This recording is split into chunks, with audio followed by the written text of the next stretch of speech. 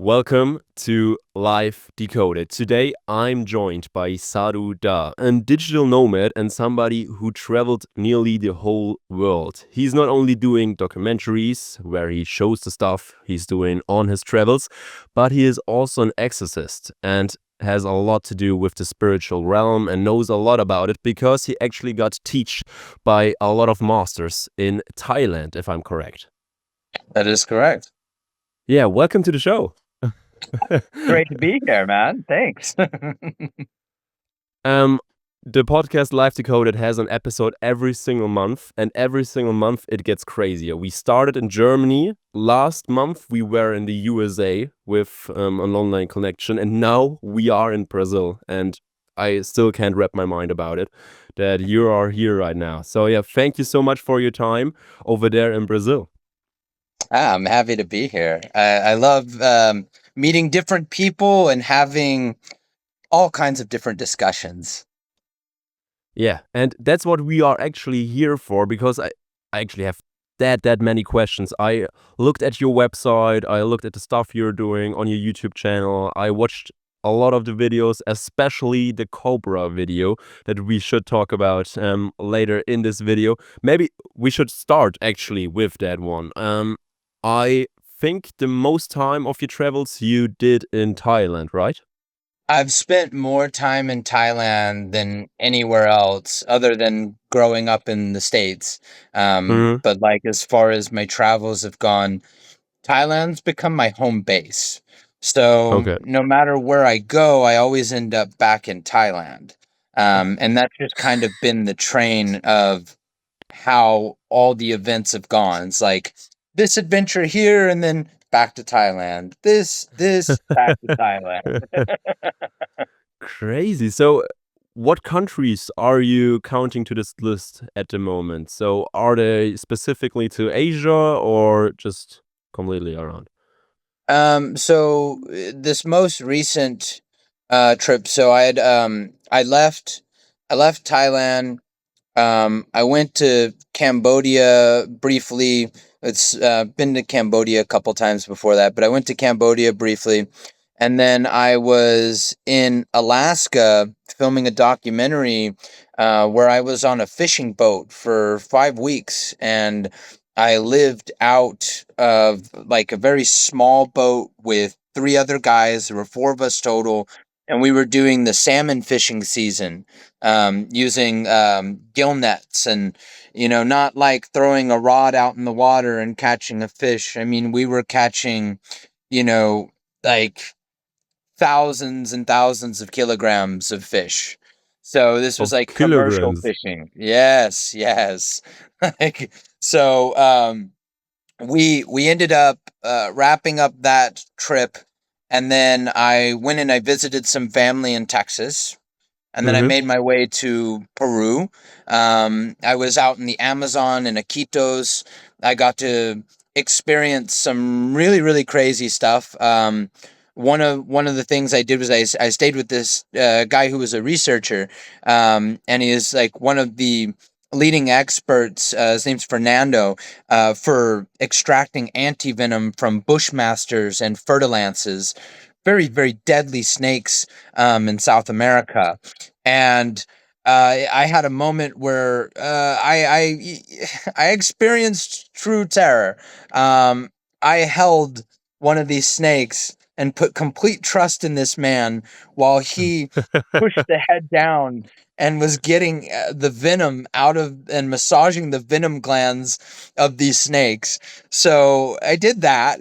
Then I was up in Cusco and in Lima and in Pisac in the Sacred Valley, and then met a pretty incredible lady, and that's brought me to Brazil. So I'm in Brazil now, living a local life, not necessarily doing any tourism or crazy episodes at the moment, but you stick around for a while, and I'll get into some kind of adventure here. It's just bound to happen.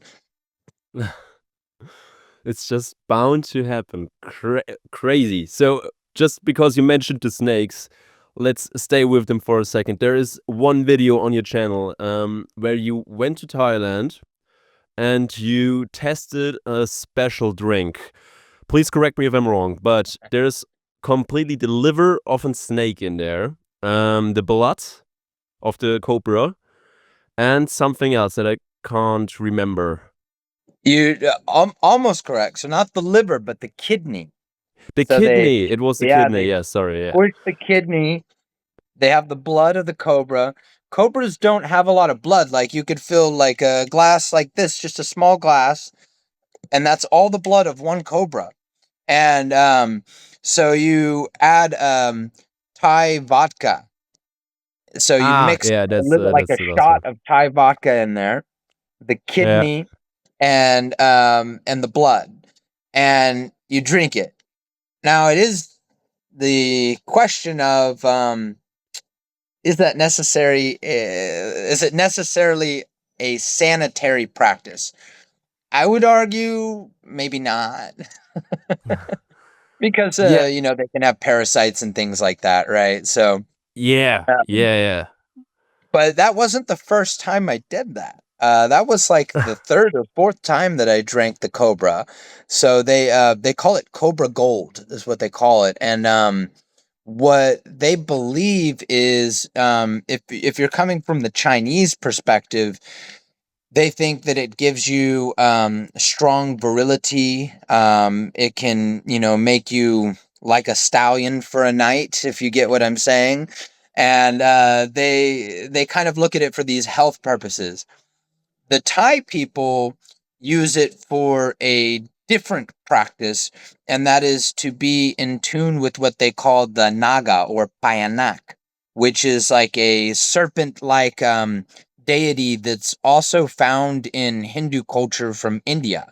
So they do this as a kind of like a ritual worship, or giving honor to this type of being, but it's quite complex because if you go by like concepts of Buddhism, to kill anything is wrong. So they do this. Well, you drank the cobra, so now you have to make what's called sankatan. Sankatan is like you give like the robes and some medicines and an umbrella and things like this to the monk, and the monk will take that blessing that he's giving you and give it for the spirit of the snake. So you have this interesting cross between what are shamanistic and indigenous practices that have fused with the practice of Theravada Buddhism, which is very unique to Thailand from the 14th century when they converted over to Buddhism. So it's still very um, common to see these types of, drinking of the cobra blood and other weird things as well. It's normal in the culture. It's not really weird, but from a Western mind, it's like, this is crazy. Yeah, it actually is. It is completely crazy to think about it, but of course it's another culture, and it is a tradition, it is a spirituality thing as well. So there are a lot of reasons behind it, and I just wanted to ask you what the reasons are that you just described for me. So thank you very, very much. So Yeah, you're wow, welcome. yeah, cra- it's just crazy to think about it. In Europe alone, I don't think we have that many snakes, at least not in Germany. I think you can count them in one hand, and I think not one of them is venomous. So even the thought of a venomous snake is actually getting me the chills. So, or giving me the chills. So yeah, and you actually played with it in quotes a little bit, yeah, beforehand. Is that part of the process, or was it just for yeah, educational purposes to show that those animals So are not the most So dangerous? where I was in a rural area, and are you familiar with the concept of hazing? No, I'm not. So Sorry. so hazing is a term that we would describe for um okay, so think about in American culture, you've seen like the type of movies where someone joins a fraternity in university, right? Yeah. And the older peers will kind of put them through these tests, and they're kind of mean to them, and they make them prove themselves to earn the brotherhood. Uh So huh. that's what we call hazing. So I got hazed because I was in a pretty rural area. This is like the same area where I learned traditional sword fighting. And I spent like a few months out there training and learning swordsmanship in a small village, which was its own adventure, unrelated. But like where I was at when I was there were these like younger boys and this older woman, and they were kind of like teasing me, but they seemed so convincing. And they were telling me, they're like, "Oh yeah, like when the cobra, yes, it's very very deadly, you know." And this woman, like her husband died from a cobra bite, and she's missing a No. huge chunk of her arm. Like if you watch the Yeah, I saw video, that. you Yeah. see her arm, you can see this massive amount of tissue missing from it. And so she's like with like a smile on her face, and these other boys, they're just like, "Oh yeah, you know, grab the snake, it's no problem, you know, and if it tries to bite you, you will know because the hood will open up, and then you just smack it on the back of the hood, and his head will go calm, and he'll just move slow, and that's all you have to do. Don't worry, it's not that dangerous." And so then I go and I grab the snake, and that hood flares open, and it comes Yeah. for me.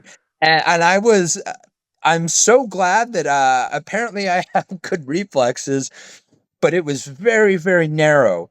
And I barely avoided getting struck. And like, it was the video I think you're talking about because I had made a couple of them. Yeah. And when Yeah. you can see the that's slow motion of how close, like within millimeters of striking me, and we were hours away from anti-venom. I would have died. Like there's no question about it. I would have died from that snake bite. And then afterwards I drop the snake, I'm freaking out, right?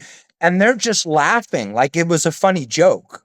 And I'm like, "Guys, this is messed up. Like this is not funny." And they're like, "Haha, we got you, you know, you believed it." Ha ha ha, you know. I was just like, "Okay, this is where we are right now." Yeah. That they actually had their fun. Were always giggling, always happy, and you never got the thing where you thought, okay, this is a dangerous situation at the moment. But of course, it was, as you could say. And it wasn't even done like mean spirited, you know? Yeah. They were just having fun, but their concept of fun and mine are they're a bit different. Yeah. Yeah, I think that was clear at the end of the video.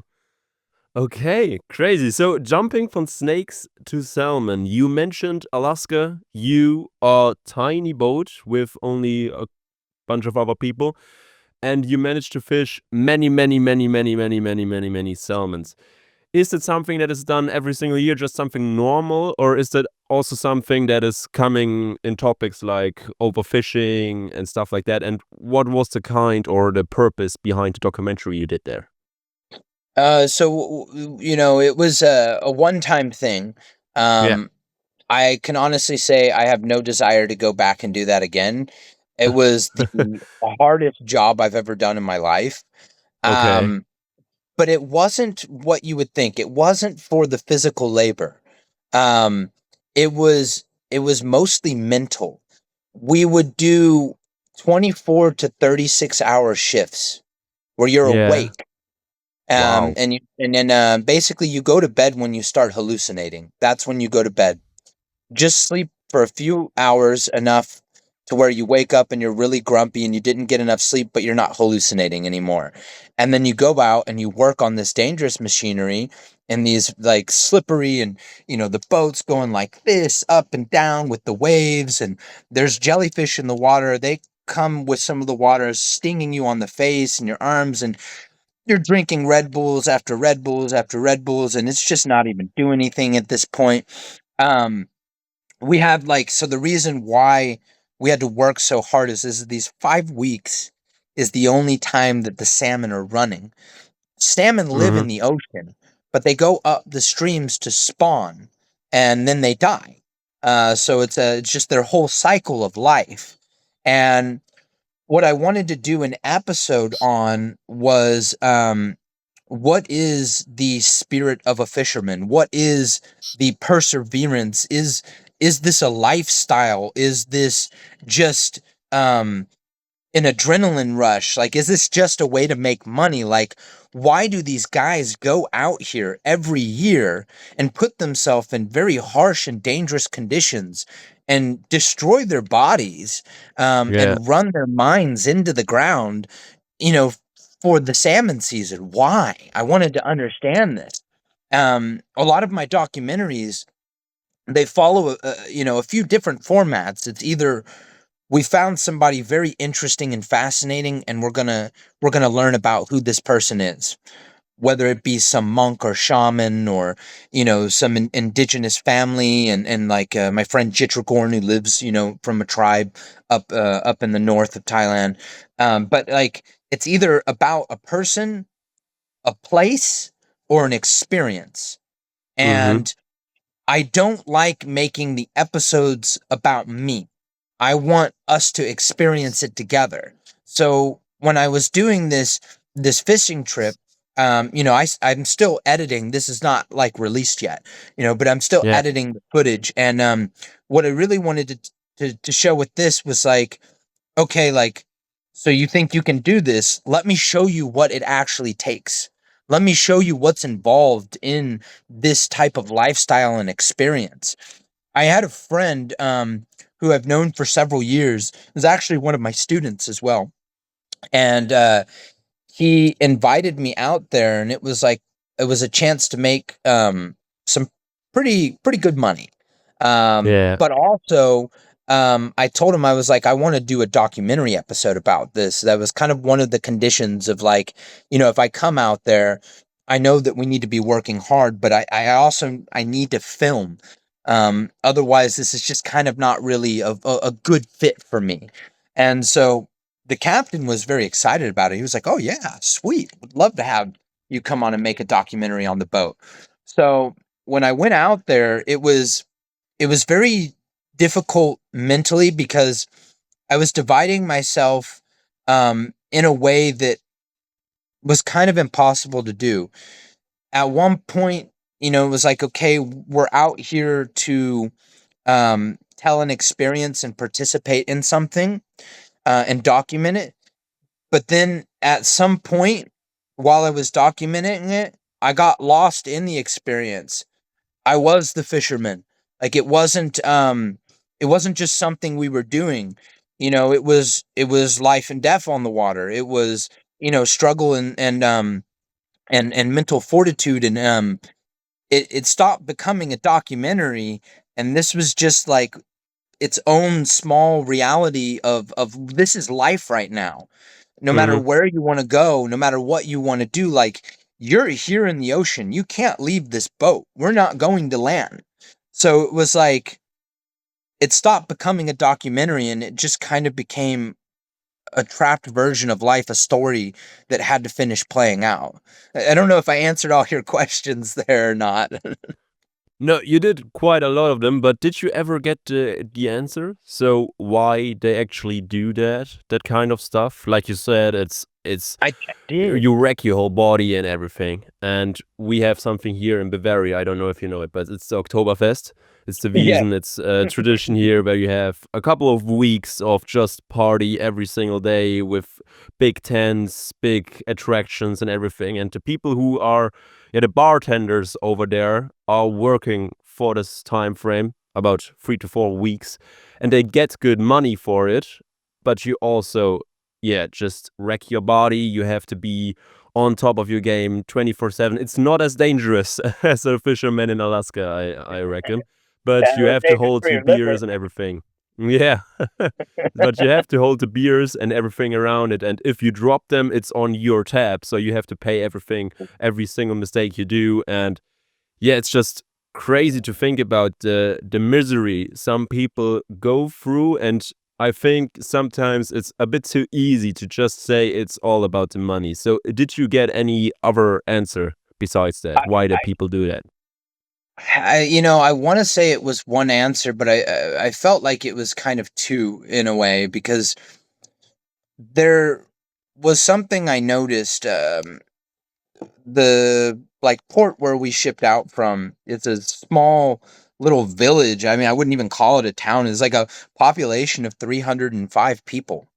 So most of the Okay. year, 305 people live there. A lot of indigenous, like, um, native people, that still like live off the land, subsist off of whale blubber and things like that. Very, very fascinating. Just not like the normal type of life you or I would think about.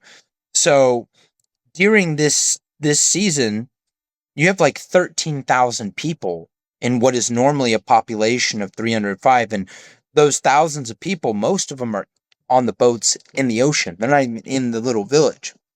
They come through, Yeah. they stop up, and they go out. And what I saw was, this is a lifestyle of generations. I talked to numerous people, when we go to we have these barges where they're out in the ocean, and you will go and you will empty out the boat for, contents of salmon that you've caught. They dump them on there in these, what we call brill bags, and you dump out the fish. They'll weigh it. They give you a ticket. At the end of the season, you count up all those tickets, and that's how much money your boat made. That's how much fish you caught. So I would get a chance to talk to them. Some of them were tender boats where we could go up and get some small groceries. Like we would cook. We had a stove on the boat, and we would cook, and we had a small fridge. And so I got an opportunity to interact with more people than just the crew on the boat. And a lot of these Hmm. people describe this as a lifestyle. They don't know any other way of living life. They don't know what else they would do. They can't picture themselves living any other kind of life, no matter Wow. how bad a season might be, where you might not make a lot of money. Nothing's promised. There's no guarantee of what you're going Yeah. to earn. And they have man overboards every year, which is a term for like when somebody from the crew on a boat goes in the water, and they don't always end up being able to save them. So Yeah. it's a bit lawless out there as well. You'll have stories I was told of, like, some guys will do, like, they'll kind of set ahead of you. So let's say I have my lines out, and I've got all this stretch of the water that I'm catching fish in, and some Hmm. other boat comes by and they see I'm catching a lot of fish, and maybe they weren't having so much luck where they were looking. So then they'll set right in front of your net, and now they're catching the fish you were catching. And some people get quite angry about this. Some people get shot. Some people will straight board other boats and start fighting and beating each other up. It can get crazy out there. There's no, like, you have Coast Guard and stuff like this to monitor that people are doing things legally, but they're not paying attention to the drama behind the scenes of these Hmm. fishermen.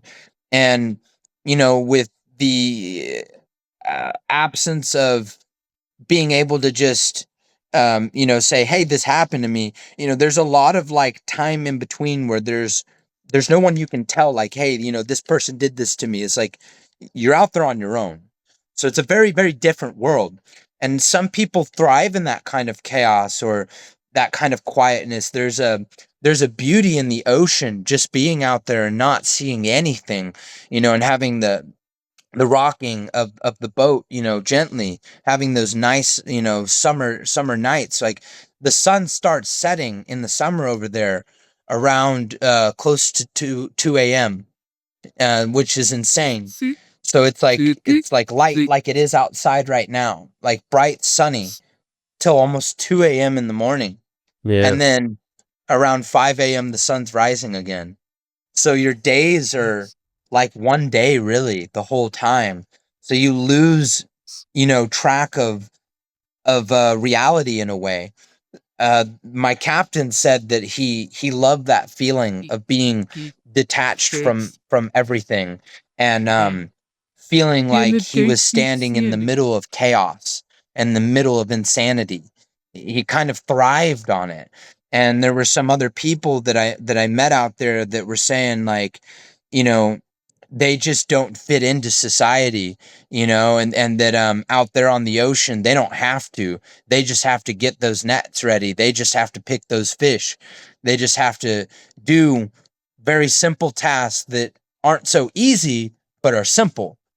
And it's easier than them trying to be quote unquote normal in society. And then the other answer, the other people, these are people like me that go out there for a season and they're like, this taught me so much. I got a lot from it, but this is not for me. This was just for a paycheck. This was just for an experience. This was just to see what it's all about. So if you stick around and keep doing it, it has to be a lifestyle. Wow. Just the mere thought to think, okay, I'm not fitting in here right now. The sociality, all the norms, everything around it is not for me. And now I'm going to Alaska for 5 weeks a year, doing maybe the hardest thing somebody else would have done in their life for 5 weeks with 36-hour shifts. 36 is just crazy to think about. And yeah, of course, always the money has a big factor, but as you said, it's nice to know that not everybody is doing it just because out of money problems, but also because it's a way of escaping all those normal things everybody, yeah, just does every single day. And maybe it's not for everybody, and it's nice to Definitely know not. that those can go somewhere else and do something so insane. Wow.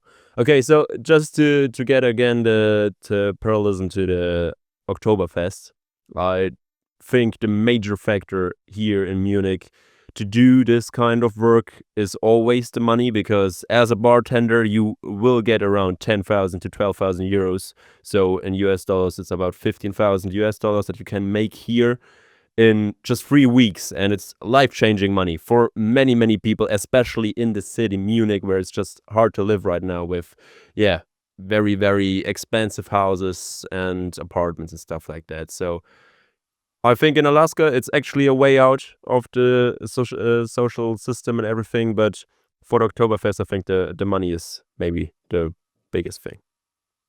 Okay. It's very comparable. I liked that you used that relation with the Oktoberfest and the fishing. Yeah, not to say that they are the same, because at the same time, Oktoberfest bartenders are not exactly risking their lives every single day, and they don't have 36-hour shifts. The longest shift is 12 hours, and then you get your sleep. So it's not quite on the same level, I would say, but just to know that there's something much, much, much harder than that is, yeah, just getting the horizon a bit wider. And yeah, it's crazy to think about. I'm actually at a loss for words right now. So maybe a switch of topics would be good at the moment. We didn't talk that much about your time in Thailand, and I think that you had a lot of different masters there and different monks you've met, and maybe you just could tell us what the biggest lessons were in this time. So what was the biggest thing you learned over there? I don't think it is just especially one thing, but maybe you have a variety of things that you thought or learned about your life or about other people's lives. And one of the biggest takeaways for myself in all that time spent over there was reaching a point where I learned how to develop a friendship with myself. I learned how to really get along with not being lonely in a sense of like craving attention and interaction from other people, but really getting along with those silent spaces, in between interactions, and seeing the music within that, and getting to understand the rhythm of life itself, and in so doing that, also having a sharper awareness of the world and what's around me, what people are feeling, how people interact. I kind of feel like the amount of time that I spent in Thailand and the teachings and things I had with some of my teachers, they were so extremely different. I had this one teacher. So we call him Lumpo Pla, which we kind of is like grandfather fish. Like his name like Okay. Yeah. translates.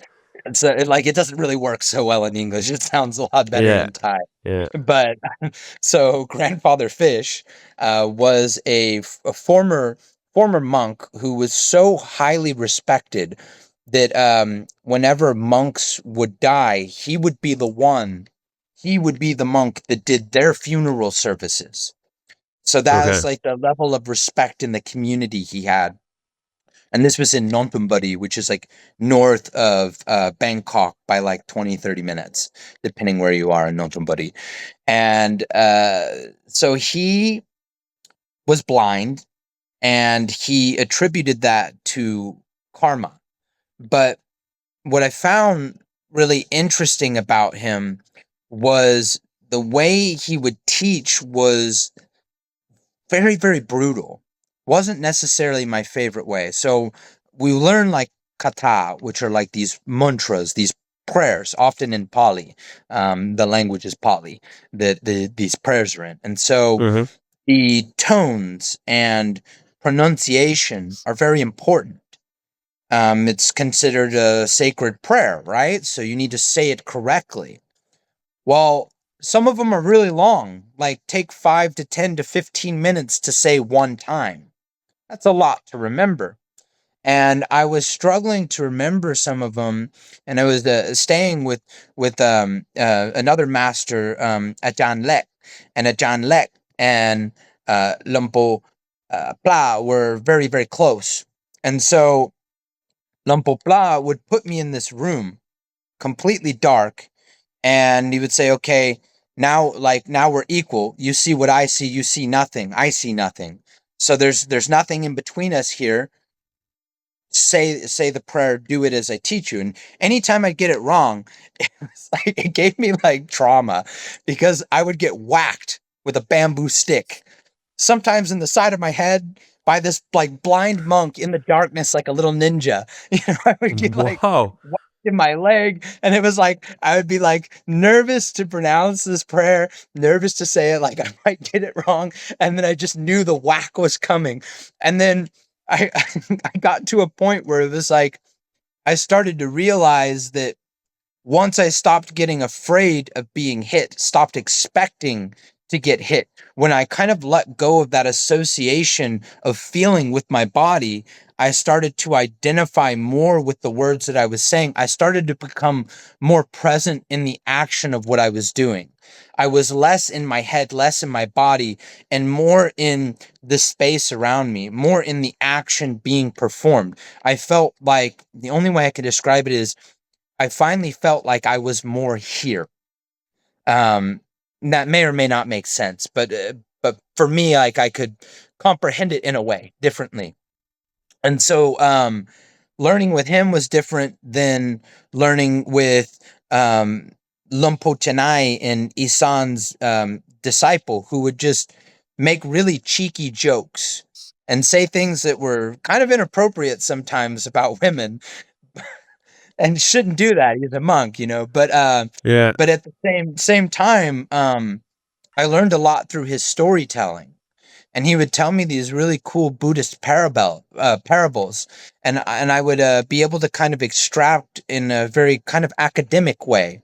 Um, so when you put all of that together, and what I gained from those experiences, at some point I kind of started noticing I was teaching people and getting contacted by people from all over the world.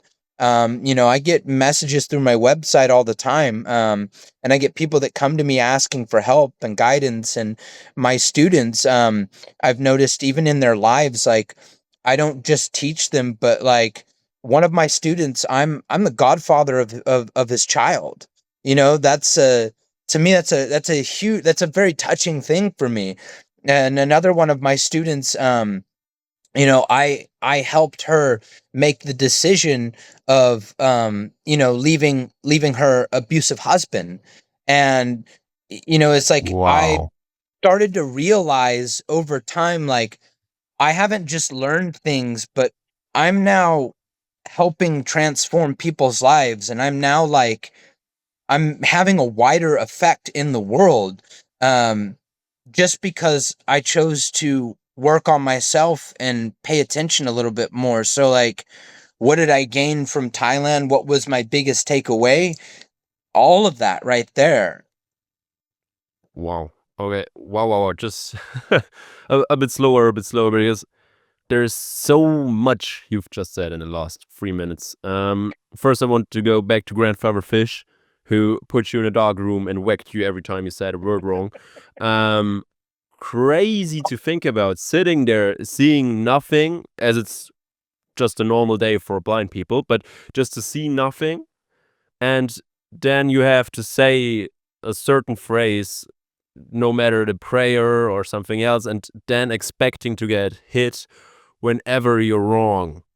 So just to think about getting your mind to disconnect from thinking about the hitting, but more about the what you're saying, is crazy, because you can put it on stuff everybody does every single day. We are afraid constantly, I think, in this modern world. We are afraid to don't fit it, to do not fit in, or to do something wrong in the job. And most of the times, especially for me, it actually leads to doing something wrong in marks. Because let's say at soccer, I'm a goalkeeper. And when I think about doing something wrong before the striker of the opposite team strikes the ball, I already lost so many times because of that thought. And now you sitting there to just say, don't think about what could happen if you lose. Just think about what you're doing right now. Not even about what you can gain, but only about the mere presence at the moment, and the mere present. Crazy. Just crazy to think about. And that leading you to the next one, who is teaching you a lot of stuff about the history that you can now teach to your students, that you actually get into a great relationship with. I mean, being the godfather of somebody else's child is a crazy statement about the relationship you have with the other person. Yeah. And also the accomplishment to leave your abusive husband and everything. Wow, it's just so much to actually process at the moment. And Same for me, man. yeah, and d- did you ever, I think I know the answer to this question, but did you ever use everything you learned from the monks and all of your masters? Did you use that every single day right now in your everyday life? Or is it that half of the lessons you've learned in Thailand are just not for you and now they're away? I apply what's relevant in the moment, which is ironic because that was kind of another thing that I learned. And I look at it as you know, let's say that you have this machine, okay? Yeah. Just as an example. And this machine works a certain way. And you have to push these certain buttons and do this to keep the machine working this way. But if the machine stops working in this other way, well, then you have to push different buttons to fix it and get it to work in that way. So you're not doing what you need to do to run the machine, because in this situation, these are the buttons that need to be pressed. This is how the machine needs to be worked. So I kind of look at life in this way: is all of the things that I was taught and that I took away, they are relevant to some extent, but they're not relevant at all times. And at some times, only certain things are relevant or needed and necessary. Otherwise, I feel like I would be kind of like, in a sense, castrating myself, trying to Yeah. really, like, be so strictly disciplined. Like, I'm not a monk. I don't follow the precepts. I drink alcohol. I am a very spiritual person, yes, but I also like to indulge in things. I mean, I don't do drugs necessarily, but like I like to indulge in things that, very, very super spiritual people will often kind of say, "Oh, this leads you away," kind of, and I say, okay, to an extent, yes, everything in moderation, of course, but this is my life, and I'm gonna live it the way that I want to live it, no matter what I've been taught, no matter what skills I've been given, no matter what mistakes I'm gonna make. I'm going to live my life the way I want to live it, and I'm going to apply the things that are most relevant for me in the moment. And Okay, that's just okay, how I okay. do it. I don't restrict myself. I live very freely. Okay, so that brings me back to the dark room with Grandfather Fish who whacks you. Does that mean in retrospect that not everything you prayed before in front of your monks is actually something you believe in? Or would you Yeah, have said when it absolutely. comes You're no, to you're correct. Some of it was for the experience. Some of it was for exploring, that side of me, and to see, how it aligns with me.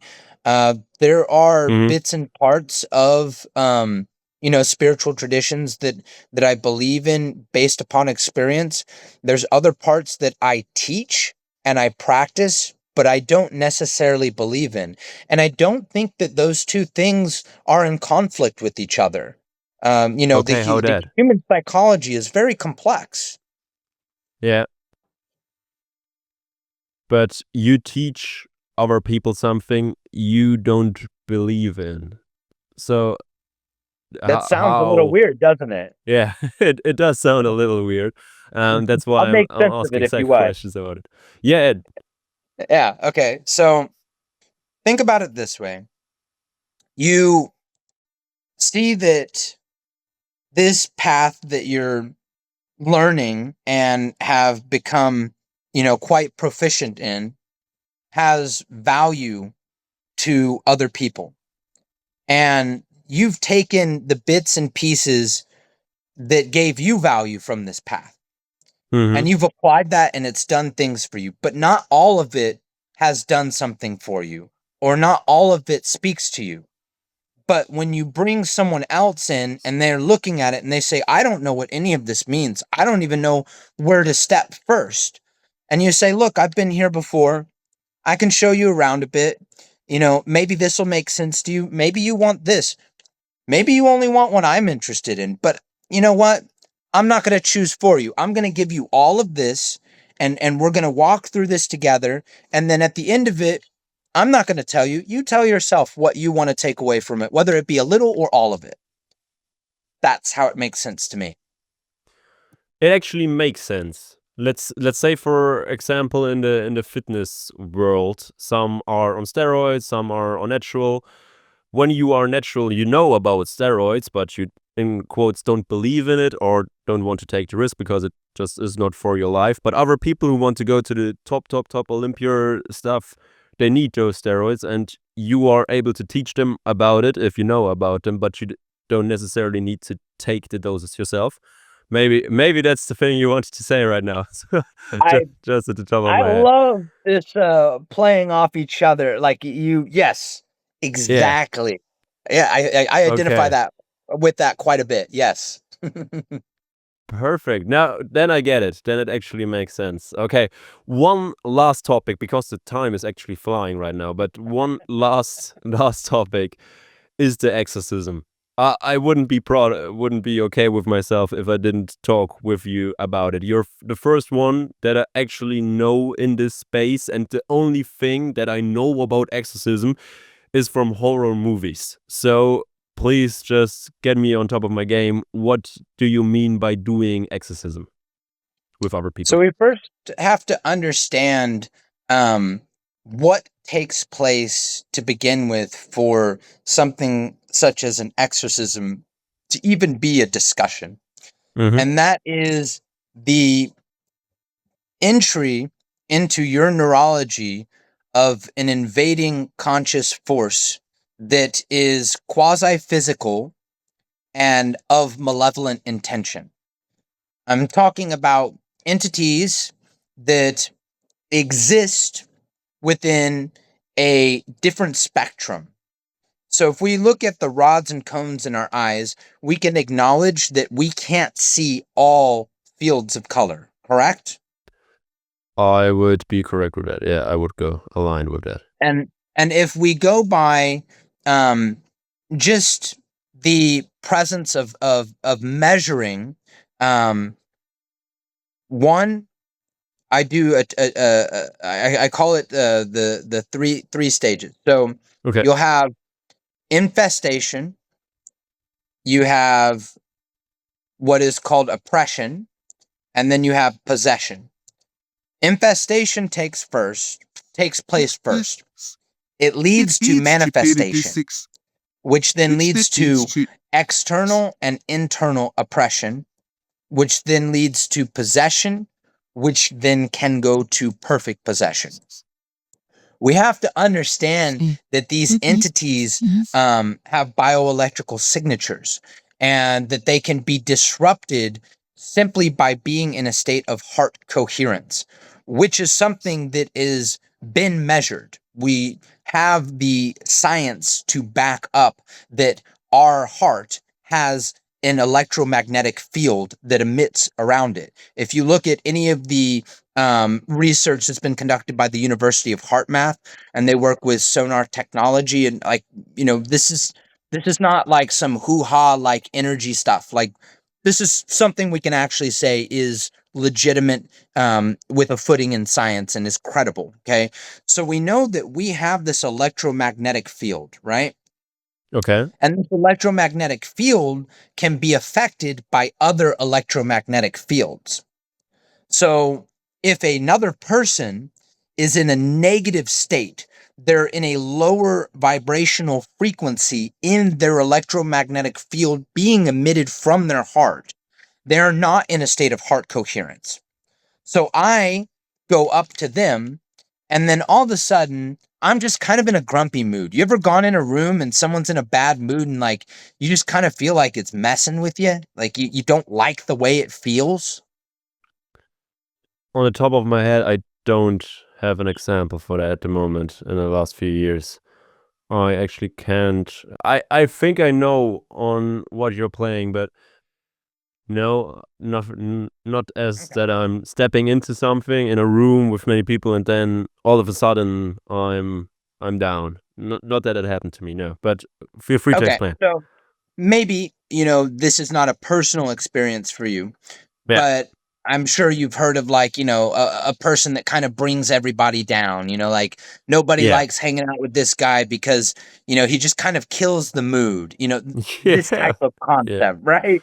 We all Yeah. know about this, whether we have direct experience or not, we know about this. So now imagine if, this person who's able to affect your electromagnetic field, if you were in a state of heart coherence where it's just cannot mesh with that vibration. So when we have a client who has an entity that is basically like a grumpy person, let's just frame it very simple. They're like a grumpy person, they just don't have a physical body, but they have the same reaction with that electromagnetic field. You have a question there? Yeah, I have a question there. When you say entity, do you mean like in some sorts a ghost that takes possession of you, or entity in things like hormones, your stress level at the moment, and everything playing together changes the electromagnetic field of your heart? Or All of that is true. All of that okay, can, but for the sake specifically of exorcism, we wouldn't be talking about that. Even though what you just said is valid, for this specific scenario, that's not what we're applying. So okay, if we look at something that is able to hijack your neurology, is able to turn your trauma containers inside of you, um, basically against you, can induce psychosis, can mess with your mind, can mess with your body. The only time I take these cases seriously is when there is also a presence of paranormal phenomena in the home, objects levitating, you know, um cold spots that are able to be measured, things disappearing and reappearing, extreme phenomena as well, such as like scratches appearing on the body, like being seen live, not somebody doing it, but like you can see the scratches appear right in front of you. Aversion to holy relics, things of this nature. We don't have enough time to get super deep into all that, but Yeah. like if you read some of my blogs or like kind of go through some of my older like YouTube videos and stuff, I do touch into this really really well, and I cover it in depth, like with all of the science and an explanation of how these stagings works. But just for kind of wrapping up where we were with all of this. So when I come into play and somebody's at that point where something is affecting their neurology, okay, and it's kind of taken over, it's using them as a host. I have to get them into a state of heart coherence to dislodge that entity from the space of call it their aura, whatever, okay, doesn't matter, but dislodging this entity from the space of them. Then it goes into the home. Then you get a lot of paranormal phenomena that'll kick up, and then we wear it down over time. And then Mhm. ideally, not too much time, but it can take months. Main thing is getting the person safe first, then dealing with the home, and then dissipating the phenomena over time to where things go back to normal. I'm all about empowering the client. And when I do any sort of work with somebody in regards to the paranormal, my first approach is actually trauma therapy, trauma work, helping the individual heal to get out of reach, not be in alignment with these type of lower and negative vibratory intelligences.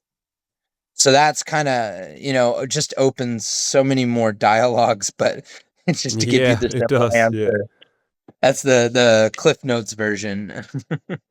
No, thank you very, very much. Because for somebody who never really heard or got into contact with that, it's something pretty new, and I just learned a lot of stuff. But I hope you are fine with me not just accepting everything at the moment. And Yeah, I just want to I'll say send you my on that book. note, yeah, that everybody can do their own research. You mentioned the scientific approach as well as a few studies, way ahead of me. So I don't have any studies or something saying the opposite of what you're saying. But I'm always a bit more conscious with that kind of stuff, with believing this kind of stuff, and I hope you're fine with that. And everybody who It listens to should be. that is completely should completely do their own research before believing everything. But on that note, I think it's completely interesting.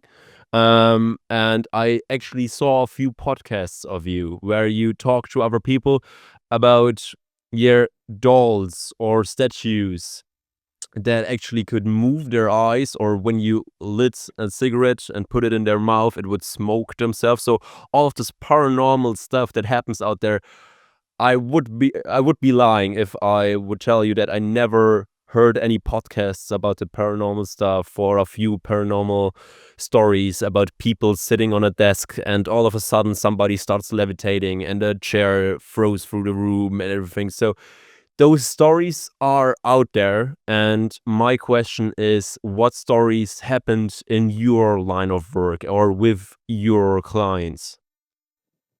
Oh man, I've had so many, so many. Then maybe only the most crazy ones, the most unbelievable ones to test me. Some of them are pretty unbelievable, pretty wild, Yeah. and are quite long, but a pretty short one. One of my favorite ones that I've told from time to time was I had this elderly lady that had contacted me, and she believed that she had a ghost in her house, and so I was like, okay, help you out and take a look, see what's going on there. Was able to see pretty quickly that there was paranormal phenomena occurring. There were a lot of like loud bangs and knocks that would kind of come out of nowhere. Sheets would pull off of the bed. The front and back door would like be locked, completely locked, and would unlock on their own and then open and shut, slamming. At one point, it had happened so hard that the glass panes in the front door had broke and shattered from the force of the slamming. So we come to find Sorry to out. Go ahead. on that note, just sorry for the interrupt, but did you see that stuff yourself? Did you fly there, or is that just from videos that she sent you? I worked with her remotely, and she would send me Okay, videos. She had like a Ring camera and stuff. I have a Google okay, Drive where I have tons of phenomena saved, like documented stuff from cases I've okay. been there or clients have sent me this type of stuff. Um, so that one we like actually did see on the camera, the doors slamming on their own. Wow. Yeah, quite interesting because you can see it unlock and there's no person there. And then you see it open and shut, and then it changes the frequency. Then it's like boom, boom, boom, boom, boom, boom, boom, boom, boom, boom, boom, boom, boom, boom, boom. So, and then it just peaked, and then it would like just swinged open, and then just stayed like halfway, just like stay like that. So, um, that's not paranormal, my friend. I don't know what is. The definition of something that is not within the normal, range of like a Yeah, commonly observed phenomena, right? So, definitely. so come to find out, her son, very tragically, when he was about 5 years old, had drowned in the pool in the backyard. And this woman's elderly now, so this has been like decades, since her child had passed away. Yeah, And so I did a crossing for the spirit of the son. And the next day, um which I did not realize what day it was, but then the next day she's messaging me and she's like, I want to thank you for giving me the best Mother's Day gift that I've ever had in my life. And I was like, oh, well, like, I'm glad that I could help. She's like, I had a dream last night. I saw my son, but he was grown. And he said that he forgave me. And she woke up with tears in her eyes. Her husband's been dead for years. She lives alone. And she had tears in her eyes. She woke up from just this very, very emotional dream, and she could feel his presence. And what was the most unbelievable part about it was there was a single red rose on the pillow next to her in bed. She did not have roses. She did not buy them. There was nobody else living in the house. Nobody had visited. She had slept. There was no rose there. She woke up after having this dream, and there was a single red rose laying on the bed next to her. And she just tears. And when she was telling me all this, I got quite emotional too. It was a very, touching thing. And, even whether you believe in the paranormal or not, or any of this, you can't help be touched by something like that type of closure. you know it's heartwarming, and not all the cases are, but that one's always stuck with me. yeah. I would be lying if I told you I'm not touched right now. I actually have goosebumps. But wow, wow. Okay, so you saw all of this paranormal stuff, and as soon as you tried to help her, it actually worked, and then she had a dream and everything, and the story had a good ending. Is there any story that you saw with your own eyes that where you saw the paranormal stuff? I saw a few YouTube videos about those Quite crazy looking things, but yeah, had a just maybe one of had those a stories. had a really crazy one where I drove out to Ohio, and I was living Okay. in Washington at the time, and I drove out to Ohio, which took a few days. It's not a short drive. The U.S. is a continent-sized Yeah, country. it's large. Yes. So I drove to Ohio, and we went to help this lady. She had like this cat that like was materializing. We got a photo of it. We called it Ghost Cat, and it was like a translucent, like a see-through cat, um, on the bed. And it's like, well, what else do you call it? I mean, that's a ghost cat. So got a photo of that. Yeah. We spent 3 days in person there. It was me and a colleague of mine, and unfortunately, somebody did pass away on that case. Um, I won't really go deep into detail other than saying that the person was struggling from mental health issues, and they were basically influenced by this malevolent entity, and we found them in the house. I did try to resuscitate them and bring them back. Um, it did not work. Paramedics came and could not bring her back. So that was one that was real heavy. You know, this stuff gets really heavy sometimes, Wow. and we were able to save the homeowner and empower them. And then the brother of the homeowner also had phenomena occurring at their house. The daughter was being touched in a very inappropriate way by something that could not be seen, with your eyes. I won't go into details on that. You can kind of put the pieces together and what was going on there. But we got everything to stop, all of the phenomena to stop, and minus the person that we were not able to unfortunately save in that case, a whole family, and then the woman who lived in the other home. They're good now. You know, they're back to living their super simple life out in Ohio. Not really, no offense to anybody from Ohio, but not too much going on there. But Okay. there was a lot of phenomena witnessed. One point, I even saw a manifestation of black shadow in the room that would uh, almost like take the shape of like tentacles, like a squid or an octopus, and it would like move around, and then it would like dissolve like smoke Mm-hmm. in the air. But it was thick, like a thick black, like amalgamous, like being in front of us, witnessed by multiple people in the home, and even have video of that as well. And it's you can't see through it. It's like pitch black, and you can't see through it. And then it would like make shapes, and then it would just like parts would extend out, and then it would dissipate and like wither away. And it's weird stuff, man. Weird stuff. Yeah, completely right. It is actually weird stuff. And maybe my last question for today. We have people like you who do this stuff, go out there, document it, have the YouTube videos on it.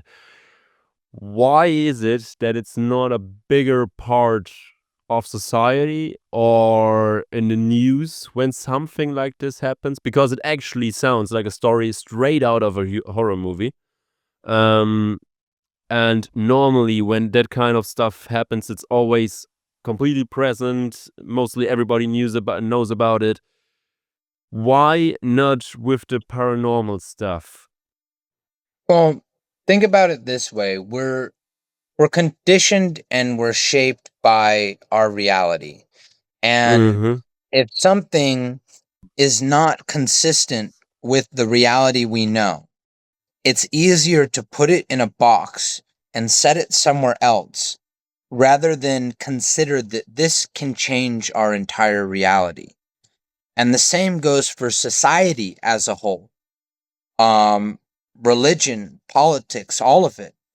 Things in the world are structured and designed in a very specific way based on the narrative of the people who have shaped the civilizations, etc. None of that really matters. The point is, things are all designed and shaped to a specific narrative. And when something doesn't meet that same narrative, you kind of just can't help but put it in a box and set it somewhere else. These videos are out online, not just mine, many people's, Yeah. many people tell their stories. And there are people who welcome this into their reality, who live it as their regular reality, myself. But that's not everybody. So to answer your question, yeah, it's easier to live with the reality we're comfortable with than to invite a change or to allow something else to take over our reality, the possibility of something else. Okay, so it's just out of our comfort zone, and for many people, it's good to be out of their comfort zone because they don't really want to think about it. Okay, damn. So maybe if the listener at the moment, you out there, want to change that and want to learn more about it, I want to stress at this moment again to do real good research on that one. Sadhu here has a lot of videos and he mentioned a lot of studies I would recommend to check out, but also to check out your own studies that you find and everything. Like Sadhu already said, it's always good to get your own opinion on something and not believe the first thing you see online, be it this podcast or Saruda's videos or the videos of somebody else. Always be conscious with that kind of stuff. I hope you agree with that one. Oh, So, absolutely, 100%. Don't take okay. anything I said as like the wholehearted truth of the world. Like, I challenge people to research, compare, study, and be skeptical. It's the only way I've gotten to where I am at this point. So, yeah, I Yeah. agree with you 100%. Yeah, and that just makes you such a great guy that I think this conversation couldn't have gone any better way. I have to say I was a bit skeptical up front about the spiritual thing and everything, and I told you before the recording as Yeah. well that I'm a very skeptical listener, and I'm so grateful for you still putting up with it, still answering all my questions. And yeah, I for my part had a really great time for the last hour. And yeah, Me too. thank you so much for your time. Thank you really much. If you want You're to very say welcome. anything, where people can check out your stuff, where people can check out your website, maybe now's the time where you can tell the Okay. audience. Yeah, pretty much like my Etsy shop where I have the weird, dolls that can move and stuff, and Yeah. my YouTube videos where you can see like stuff like the fishing boat and the snakes and all this kind of thing. All that can be found everything through my website, which is www.thesadhudah.com. TheSadhudah. And that's all. Also down in the description. And yeah, thank you, man. It was really the time flied, just through the roof. Thank you so much for your time down there in Brazil. Yeah, you're a great host, man. Really love it. Thank you. Have a nice day. Hey, you too, man.